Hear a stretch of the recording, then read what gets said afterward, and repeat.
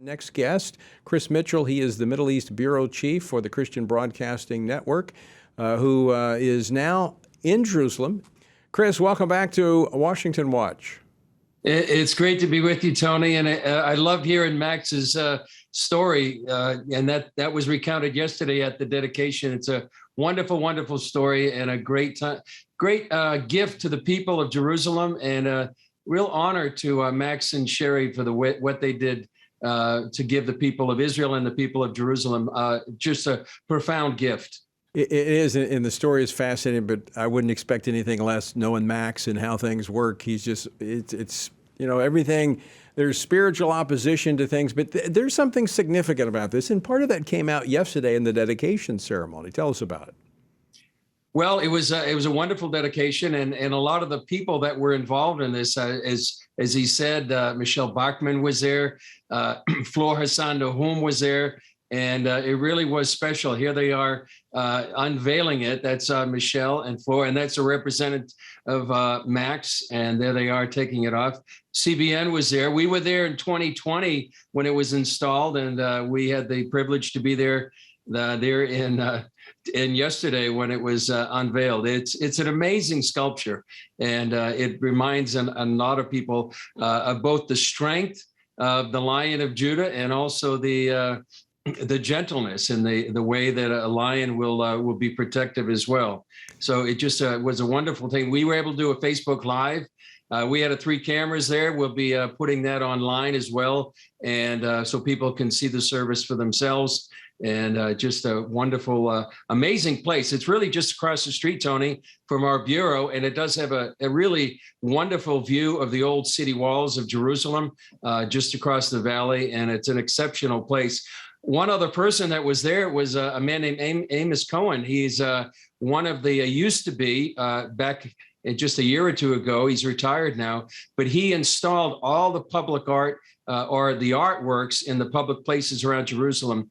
This is his favorite because he said this represents Jerusalem, the Lion of Judah, and he wanted to be there himself to see the dedication and say a few words for himself. Now, Chris, I watched your Facebook Live coverage of it, and I don't remember if it was Rabbi Walicki who made this statement, but talking about biblical prophecy of the Jewish people returning to Israel. And he also made the comment that the embracing of the evangelical community of the Jewish people is also fulfillment of that prophecy as we see that relationship building. This has quite significance, quite a lot of significance to it. Quite a bit, Tony. In fact, I've been here since the year 2000, and I think during the Second Intifada, this 3 to 4 year period of terror attacks throughout the country and the city, the one group that kept coming back were evangelical Christians. And I think that sent a message to many of the Jewish people here in Israel that the evangelical Christians would stand by them in difficult times. And over the years, the last 2 decades, that relationship has grown profoundly. I mean, Rabbi Pesach Walicki is one sign of that.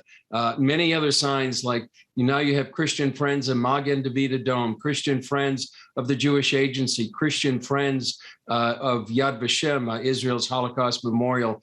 And so this relationship between evangelical Christians and the Jewish people is really profound. Yeah. And I think the Lion of Judah is really just a symbol of that newfound and profound relationship between the Jewish people, evangelical Christians, particularly in the U.S. represented because that many of them donated to this Lion. But I would say around the world today, Tony, and part of the dedication was part of the Jerusalem prayer breakfast that started yesterday and ended just a few minutes ago here in Jerusalem. That's one more sign. There were 38 nations represented coming here to pray for the peace of Jerusalem, to pray for the Jewish people. One more sign, as you said, of this prophetic fulfillment. Chris, we just have about 30 seconds left, but under the present Washington administration here in Washington, under this Democratic administration that seems to be somewhat slipping in its relationship with Israel, is there a growing affinity for the evangelical community in the absence of a strong support coming from the American administration? I think so, Tony. I think the fact that they during the Trump administration, however you thought of President Trump, for the Jewish people here, they felt that he stood beside them.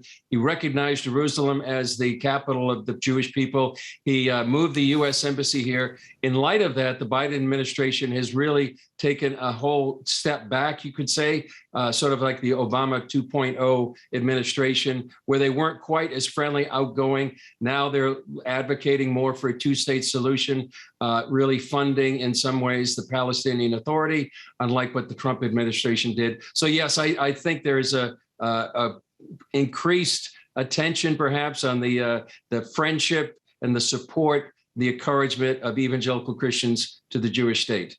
All right. Chris Mitchell, always great to see you. Thanks so much for joining us. And by the way, if you see Michelle, tell her I said hello. She was with us last week, so I'll see her next week, but tell her I said hello. Great. I'll do that, Tony.